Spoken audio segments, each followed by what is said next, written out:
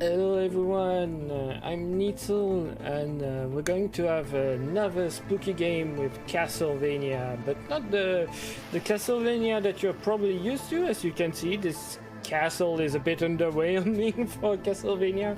It's Castlevania. So yeah, this is the Amiga port of the original Castlevania for the NES. It was made by Novotrade, which is an Hungarian company that made a lot of games for the Amiga and computers in the 80s. They were renamed to Appaloosa Interactive at some point, and you probably know them for as the creators of the Echo the Dolphin games, all of them, including the one on Dreamcast.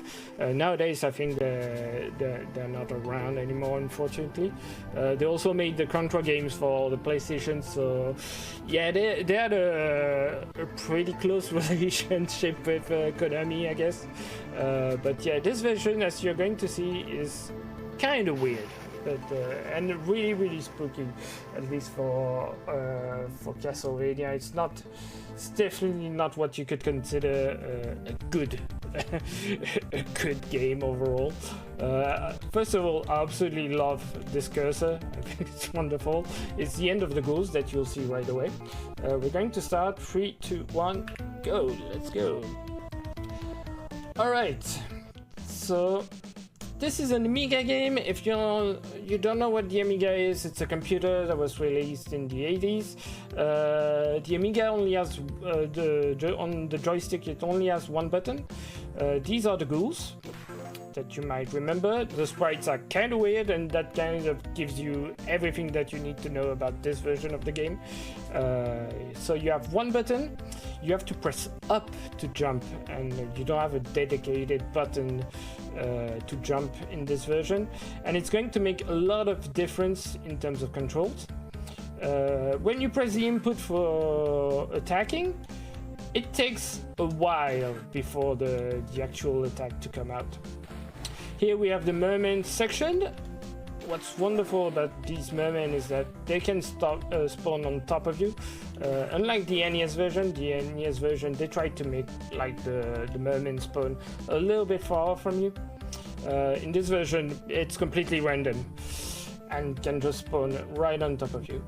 We don't have a bad crit if you know the NES speedrun. We're just going to use the clock and spam the attacks and get rid of the first boss just like that.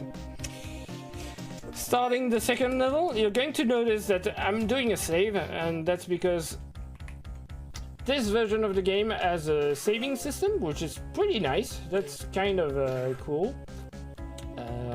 And the main reason that I'm going to do saves throughout the run is that I really want to keep the crosses and the multipliers, because unlike that cross didn't want to double it as usual, because unlike other versions of Castlevania, like the potions in this one, the holy water is really bad.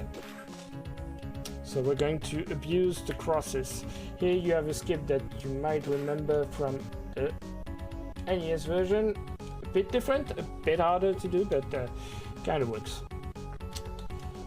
Alright, the crushes in this are really painful to deal with. It's really precise, and the collision on Simon is massive. You don't realize, but yeah, you can die pretty easily. I'm going to throw a cross right here to the right to kill this flying ghost. The thing is that if it reaches you, it just stays on top of you and just deal damage constantly. Right, the speed strat here for the Medusa head is just to hit one. Oh no, I didn't want to do that. That's alright. Yeah, that was a nice example of like how massive the collisions are. Like I clearly jump over that power up. Alright. The Medusa, something that you might have noticed is that you have to go all the way to the right. Okay, I need this.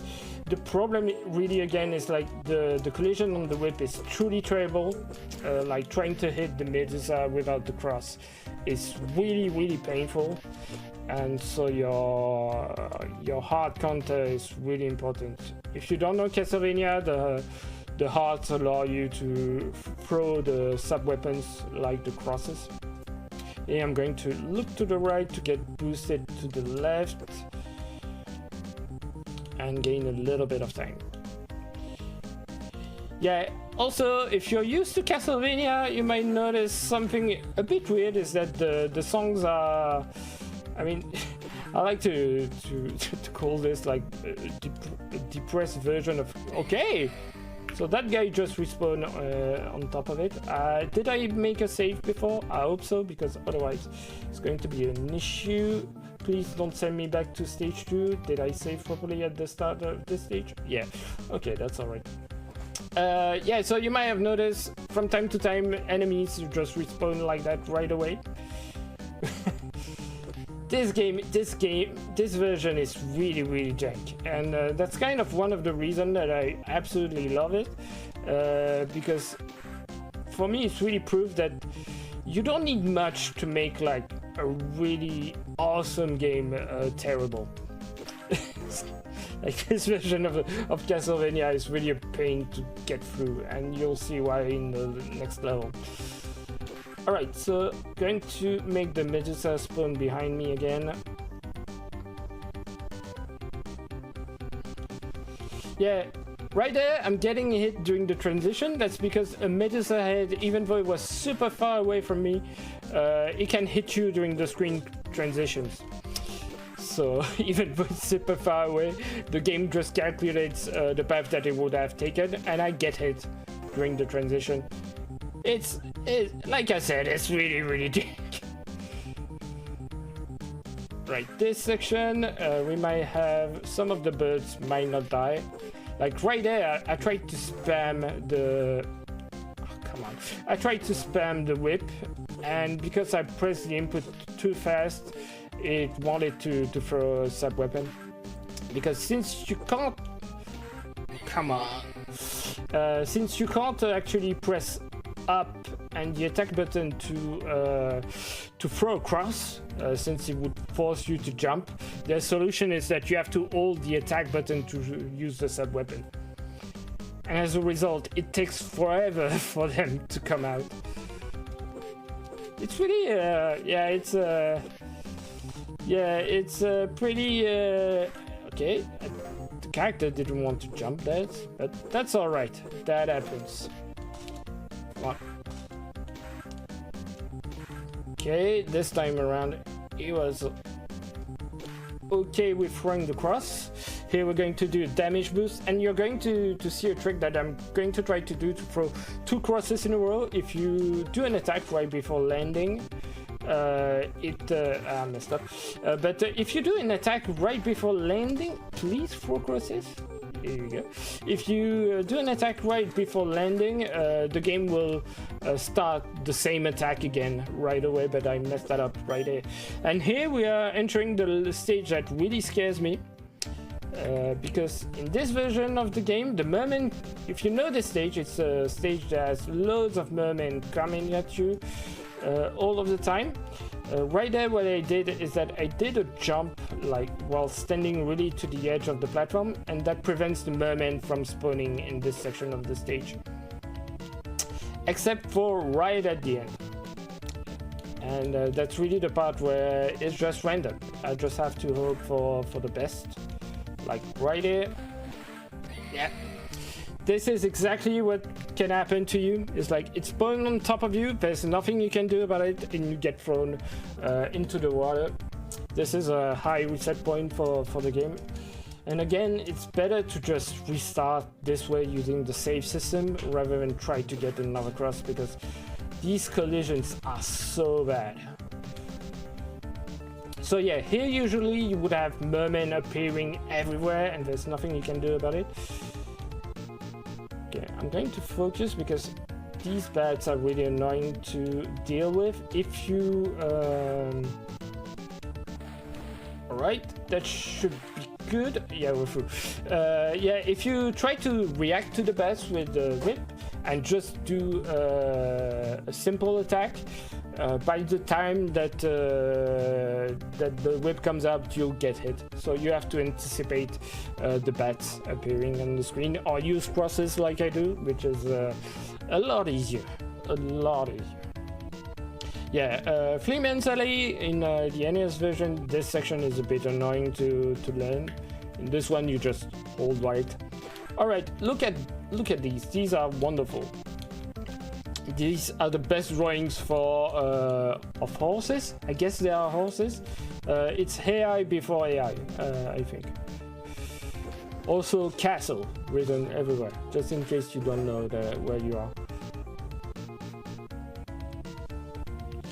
All right, here we have Frank. Again, you have to stand all the way to the right to trigger him. I'm going to stand here and keep attacking until he dies. It's really the best strategy when you play this version. Come on, move. Here we go. So yeah, his movement is randomized. He's not supposed to stay on top of me, but that happens from time to time. Hey, we're through the worst level in the game. That's wonderful.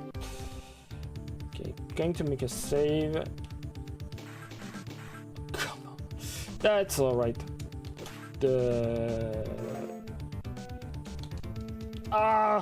These collisions and these delays. Okay, I'm just going to restart because with this amount of health is going to be annoying. I don't want to risk it. It's really something special. How much delay this game has, please.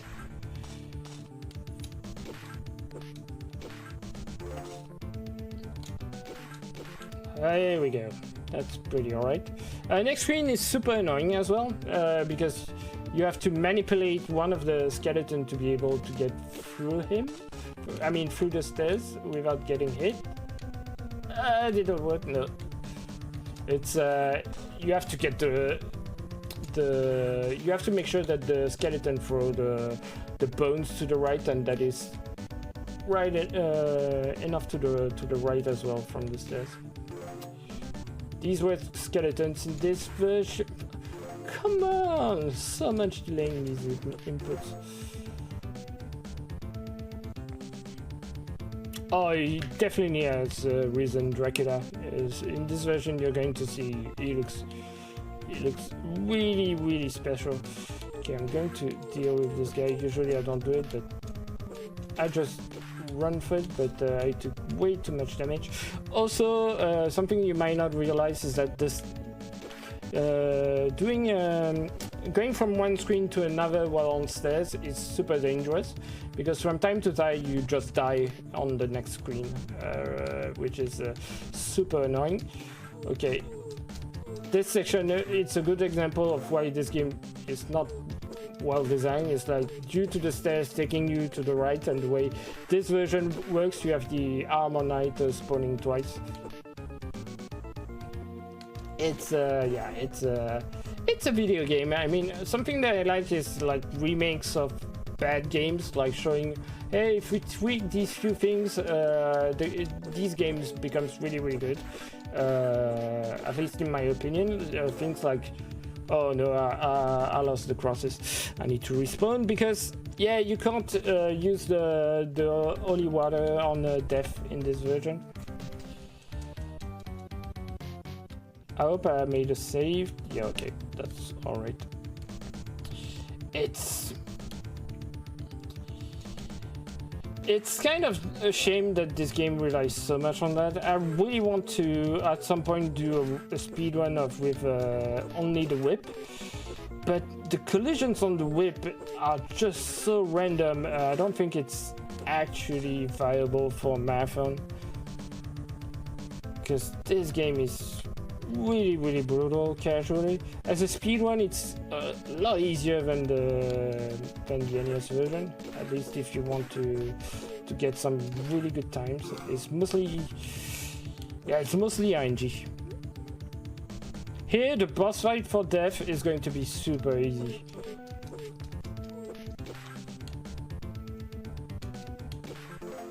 Alright. So here I need to wait to get through these two guys because the timing as well for the skeletons is really tight. So if you have if you don't try to have the two skeletons on top of one another, it's really hard to get through. Okay, I don't have a lot of hearts, which is not great. I'm going to make a save just in case, since we are right before death. I'm going to damage boost through this guy because they are really annoying to deal with. I'm going to hope for some hearts, maybe? Okay, no hearts, that's alright.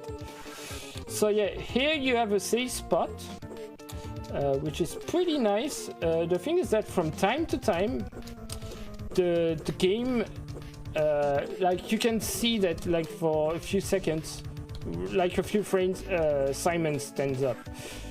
That's completely random. I don't know what causes it. It's just that from time to time the game loses your input. But if you manage to stay dark at that spot, you're completely safe during the fight. Alright, this section is also really annoying to deal with. You need crosses to get through this safely because, well, you have the boss from the first level coming back, and the thing is that if you get pushed to the right just a little bit, you'll move back to that position and a new one will spawn, and as a result it's almost impossible to get through this bridge. The best solution is to try to run through it so that they despawn, but trying to fight them is just not a great strategy. Okay, here we have a pretty unique skip for this version of the game. We're going to do a wrong warp, so if I land on this stairs and press left, I skip like a big section of the stage. If you know the NES version, you might notice that I skipped a lot. Hey, a death during a screen transition. At least I got it on like the final stairs. I mean, it's nice of the game to show you this.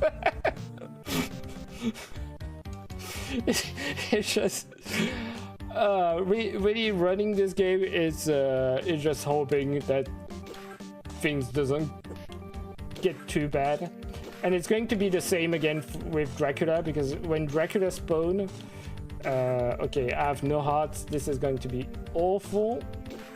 Okay, I have some hearts. When Dracula spawns, when he moves around, from time to time he'll deal damage to you like instantly, even before he spawns, or like right there, or you just wait for like 3 seconds before actually dealing damage. Okay, trying to... it's way too far. Please, some... Oh, come on. It's...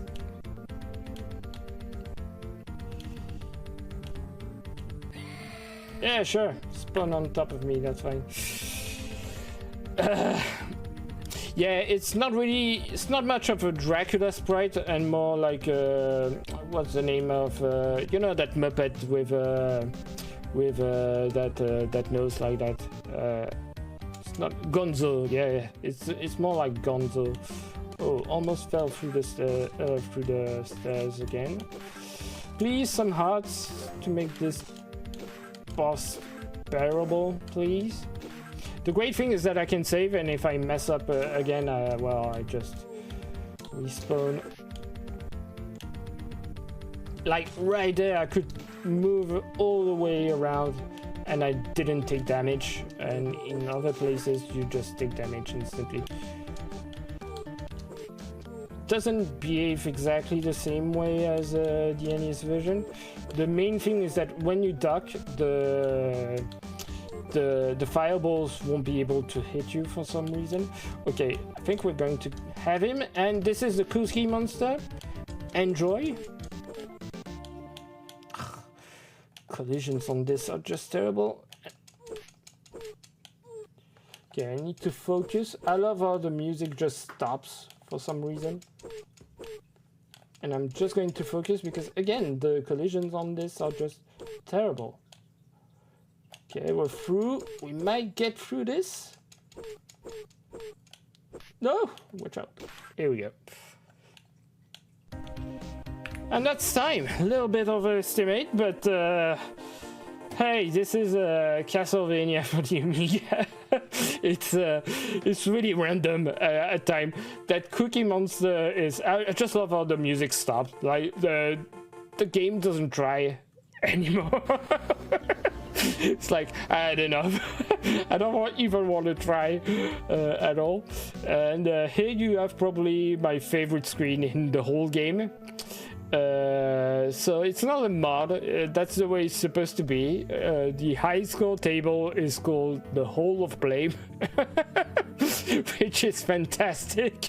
And yeah, result I put loads of people from the Castlevania community, since well, they're kind of the reason that I play a lot of bad games, and it's through Castlevania that I discovered this version of the games. But yeah, here we go. So I hope you enjoyed it. Sorry for the overestimate a little bit. I'll be back on Tuesday for the debt on the best gamer category. It's going to be pretty fun. Coming up next, you have more Castlevania with Deshana, which I think is going to run Symphony of the Night first. I love how it goes game over and that's it. So yeah, that's it for me for today. Enjoy the Castlevania block and the rest of the spooky block, and see you later.